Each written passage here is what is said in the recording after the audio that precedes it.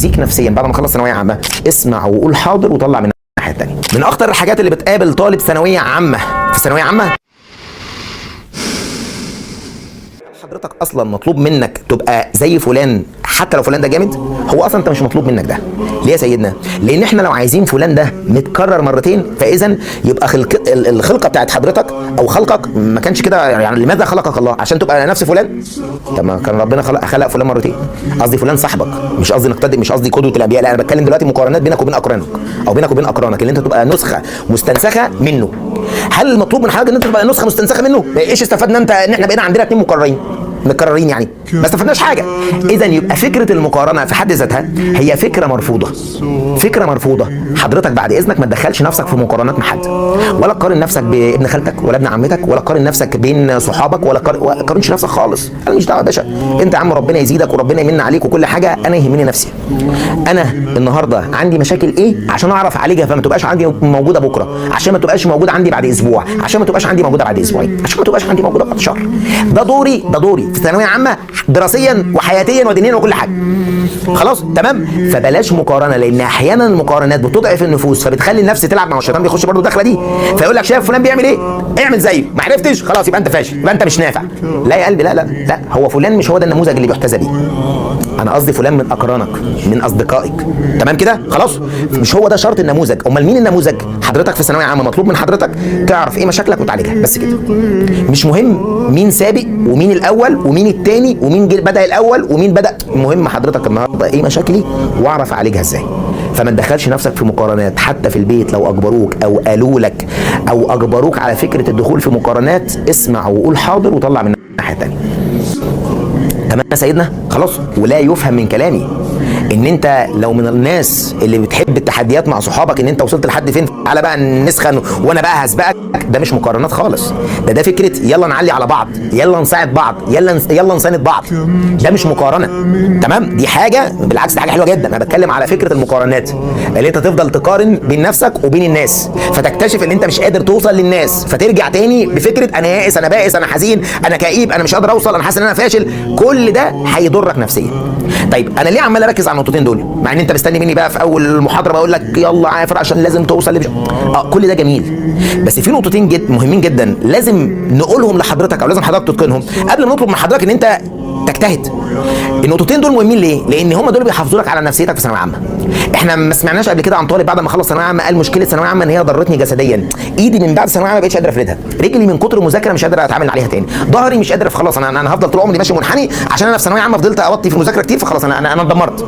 محدش بيعمل كده. وانما اللي بيحصل ايه؟ كلهم بعد ما بيخلصوا ثانويه عامه، بلاش كلهم، معظمهم بعد ما بيخلصوا ثانويه عامه بيقول لك احنا اتدمرنا نفسيا، تعبنا نفسيا. اي جمله جنبها كلمه نفسيا.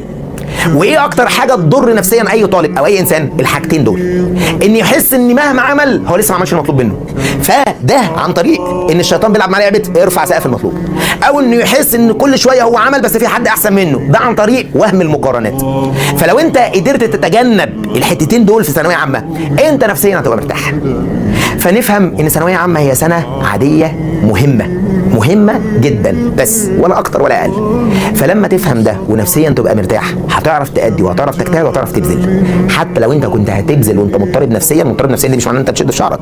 مضطرب نفسيا دي يعني انت طول الوقت متوتر، طول الوقت خايف، طول الوقت قلقان، طول الوقت شايل هم، طول الوقت عمال تبص يا نهار ابيض ماذا لو ماذا يحدث اذا. ده كده اسمه اضطراب نفسي. مش شرط الاضطراب النفسي ده اللي هو قاعد على الشезлونج قدام دكتور نفسي فعمال يعالج فيه، مش شرط. خلاص تمام، مش شرط توصل للحاله دي. بس فكره ان انت يبقى عندك توتر زائد او خوف زائد او اضطراب زائد او تفكير زائد في المستقبل او تفكير زائد في الكليه او تفكير زائد في شهر 7 او شهر 6 معذره في الامتحانات الى اخره، يبقى ده معنى كده لا، ده اضطراب.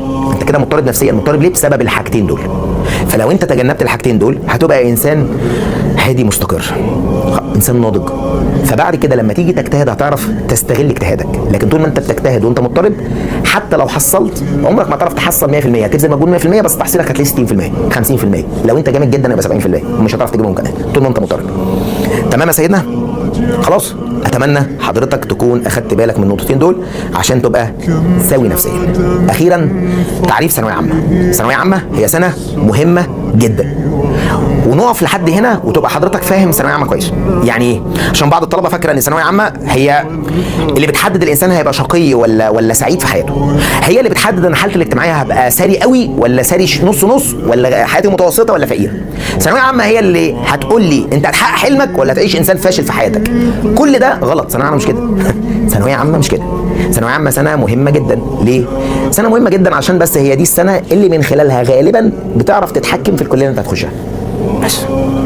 لكن هي مش نهايه المطاف، مش هي السنه المصيريه الوحيده الاوحده في الحياه، مش هي اللي بتحدد انا انسان شقي ولا سعيد في حياتي، مش هي اللي بتحدد انا انسان ناجح ولا فاشل في حياتي.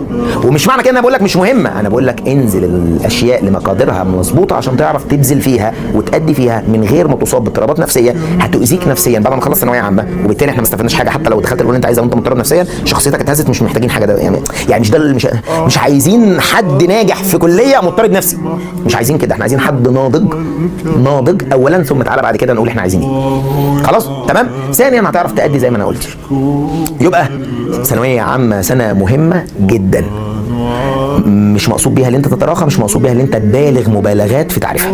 خلاص كلامي اللي فات ده كله انا غير موجهه تماما للعيال اللي بتكبر دماغها. العيال اللي بتكبر دماغها اصلا احنا مخاصمينهم وما بنوجهلهمش كلام، ودول لا يعنونا في شيء. الواد اللي مكبر دماغه عشان احيانا ما بيسمع الكلام ده يقول لك والله العظيم الحمد لله طمنت قلبي وحش، ربنا يسعد قلبك زي ما طمنت قلبي كده. الواحد بقى يراكم على مزاجه. ليه ما انت قلت خلاص مش نهايه المطاف. لا يا قلبي انا بقول الكلام ده للي بيبذل مجهود بس طول الوقت مقلق ومضطرب وخايف، فدي الفئه اللي انا بكلمها. لكن انت اصلا يا كده يا اللي بتراكم يا اللي مكبر دماغك يا الحياه اخدها بالطول والعرض وداخل بصدرك ومش همك، كده ما حدش فينا بيكلمك، احنا مخاصمينك اصلا. خلاص اتفقنا يا سيدنا.